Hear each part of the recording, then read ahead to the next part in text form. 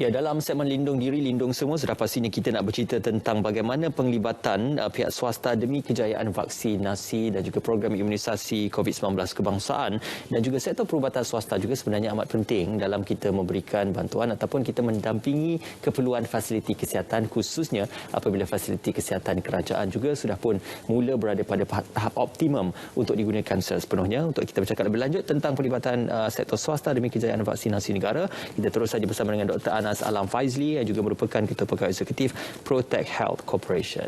Apa khabar? Selamat pagi, Doktor. Selamat pagi, terima kasih. Okey, bekerja dari rumah ke tu? Ya. Bekerja dari rumah ke tu?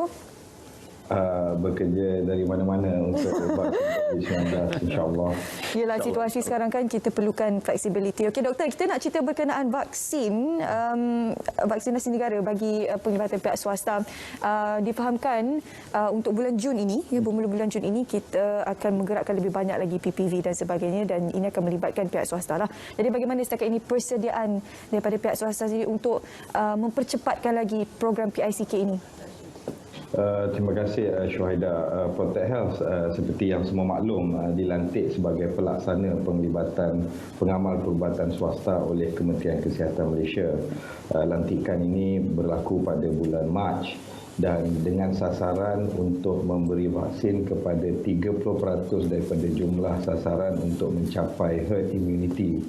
Lantikan ini dibuat kerana pengalaman Protect Health dalam jalinan awam swasta ketika program PKB 40 dan juga pengalaman Protect Health sebagai strategic purchaser.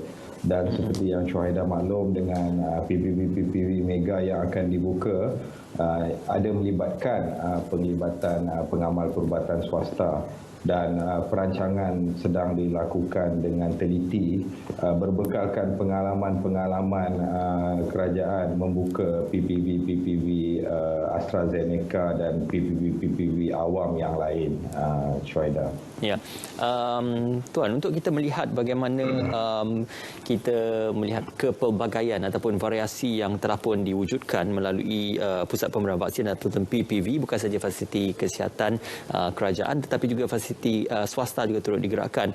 Ini satu perkara yang baik juga, Doktor, kerana kita melihat bagaimana peranan Protect Health untuk menggerakkan dan juga membuka pusat pemberian vaksin khususnya untuk menyempurnakan PICK ini. Terima kasih Encik Ismail.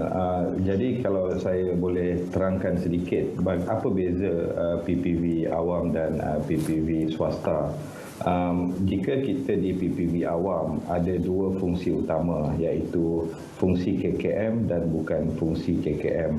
COVID Immunization Task Force dilantik sebagai badan yang melihat semua PPV pusat pemberian vaksin di Malaysia, dan di PPV awam terdapat fungsi KKM dan fungsi bukan KKM.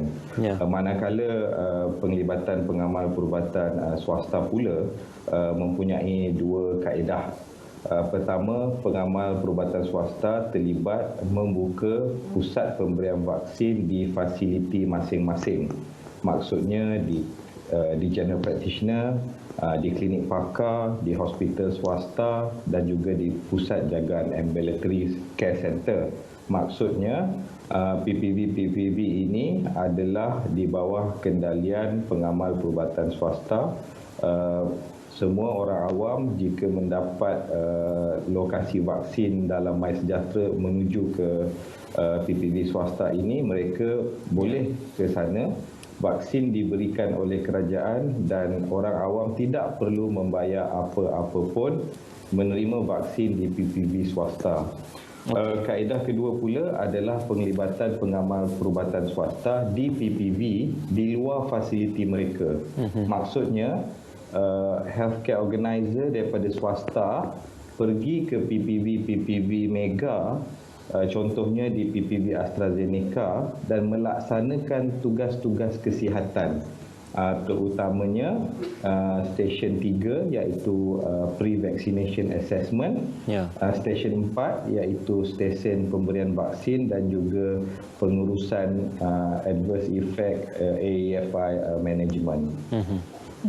Doktor, kalau kita lihat sasaran untuk suntikan vaksin setiap hari adalah 150,000, dan kalau kita lihat daripada suntikan 150,000 ni, tak lama lagi pecahannya akan diberikan kepada pihak swasta juga untuk melaksanakan dan juga melengkapkan sasaran ini. Jadi kalau doktor boleh kongsikan berapakah jumlah sasaran yang ditetapkan oleh pihak swasta, terutamanya PPV swasta ini setiap hari untuk mereka menerima suntikan vaksin ini? Ketika lantikan diberi daripada Kementerian Kesihatan Malaysia, Kementerian Kesihatan meletakkan sasaran antara 30 hingga 40% daripada jumlah sasaran imunisasi. Pada masa ini, penglibatan pengamal perubatan swasta mewakili lebih kurang 20,000 dos sehari daripada jumlah 100,000 dos sehari yang digabungkan dengan pemberian vaksin di pusat-pusat pemberian vaksin kerajaan. Dan seperti yang diumumkan oleh Yang Berhormat Khairy Jamaluddin, di mana kerajaan mensasarkan untuk mencapai 200,000 dos sehari sebelum hujung bulan Jun. Daripada Protect Health, kami mensasarkan supaya pengamal perubatan swasta dapat menyokong sasaran ini dengan mencapai sekurang-kurangnya 80,000 dos sehari sebelum 30 Jun 2021. Ya.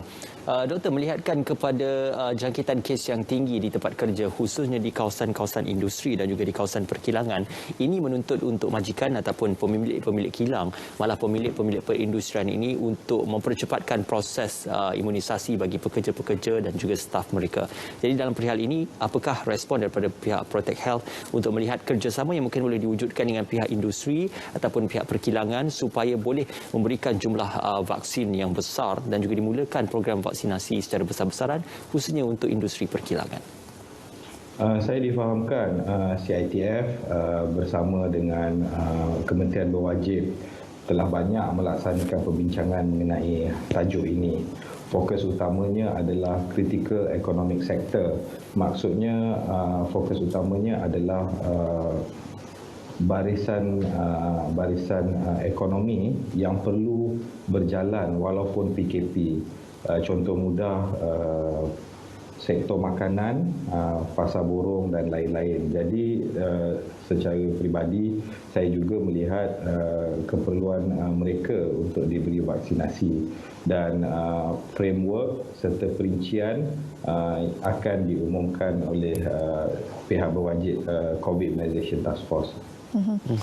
Doktor, dari perspektif rakyat, sebab sekarang ini penglibatan pihak swasta mungkin belum lagi secara meluas, jadi ramai yang sekarang ini kalau ingin ke PPV, mereka yakin ini di bawah MySejahtera. Tapi apabila ada pembukaan PPV daripada pihak swasta nanti dan juga mega PPV, bagaimanakah mekanisme yang akan dilaksanakan? Adakah mereka perlu lagi mengikuti di bawah aplikasi MySejahtera, ataupun ada cara lain yang mereka perlu ikuti untuk mendapatkan suntikan vaksin di PPV swasta?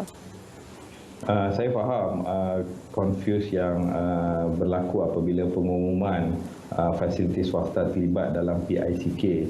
Tetapi sebenarnya penglibatan fasiliti swasta ini adalah tambahan fasiliti kepada fasiliti kerajaan yang sedia ada. Maksudnya sasaran akhirnya adalah menambah kapasiti pemberian vaksin, dan vaksin-vaksin ini adalah vaksin yang diberikan oleh kerajaan, dan pemberian vaksin oleh fasiliti swasta adalah secara percuma kerana ini adalah program kerajaan. Yang perlu difahami adalah apabila perkara ini diumumkan, ramai yang bertanya di manakah hospital swasta yang terlibat sebagai PPV, di manakah GP yang terlibat sebagai PPV. Kami ingin ke sana untuk mendapatkan vaksin. Bagi saya tidak penting di mana lokasi-lokasi GP atau hospital swasta ini, kerana tidak ada bezanya sama dengan PPV awam. Algoritma MySejahtera itu akan melihat di mana penerima vaksin itu berada dan akan memberikan pusat pemberian vaksin yang berdekatan dengan penerima. Ya, Doktor. Dan mereka perlu mendaftar melalui MySejahtera untuk mendapatkan appointment, temu janji. Sudah pasti MySejahtera dan juga laman sawang yang disediakan oleh pihak MOSI adalah pendaftaran asas yang perlu dilengkapkan untuk kita mendapatkan pemberian ataupun temujanji bagi program imunisasi COVID-19. Doktor, seperkara lagi tentang dapatan dan juga bagaimana laporan yang ditunjukkan iaitu tentang Kerajaan Negeri Selangor memperuntukkan sebanyak 200 juta ringgit untuk pembelian dan juga perolehan vaksin.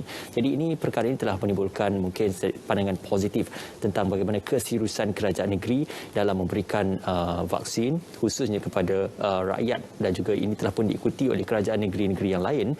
Jadi ini satu perkara yang positif untuk kita melihat kerjasama antara kerajaan persekutuan dan juga kerajaan negeri. Jadi apa respon doktor dalam menilai kepada kerjasama yang perlu diwujudkan bukan sahaja di peringkat MOSTI dan juga kerajaan persekutuan, tetapi juga perlu mendapatkan kerjasama daripada yang kukuh daripada kerajaan negeri juga, doktor? Kita sentiasa menyokong kerjasama yang erat daripada segi persekutuan dan kerajaan negeri, kerana hanya dengan kerjasama erat kita mampu melaksanakan program ini secara berkesan dan teratur. Yang penting sebab pepatah failing to plan is planning to fail. Yang penting adalah perancangan yang teliti dan bersepadu yang boleh dilaksanakan oleh CITF pusat.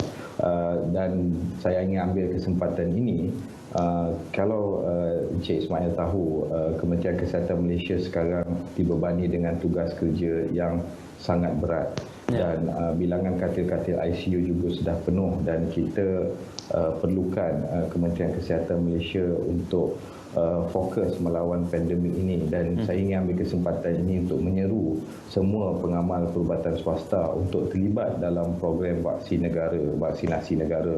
Kita perlu kurangkan beban kerajaan melawan pandemik COVID ini, kerana ramai petugas kesihatan seluruh negara yang masih belum terlibat dalam program vaksinasi COVID ini.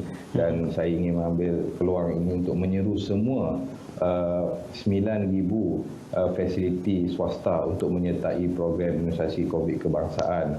Pada waktu ini, setakat hari ini, lebih 2,600 pengamal perubatan swasta fasiliti telah berdaftar dengan Protect Health, dan kami telah melatih lebih daripada 6,000 petugas kesihatan seluruh negara. Dan saya pasti bilangan ini boleh digandakan dengan komitmen dan keseriusan daripada pengamal perubatan swasta. Saya sangat alu-alukan penglibatan pengamal perubatan swasta dalam program imunisasi COVID kebangsaan.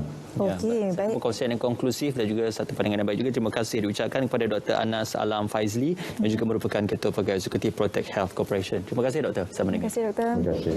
Assalamualaikum. Lindung diri, lindung semua. InsyaAllah. Lindung diri, lindung semua. Terima kasih, Doktor, bersama kami hari ini.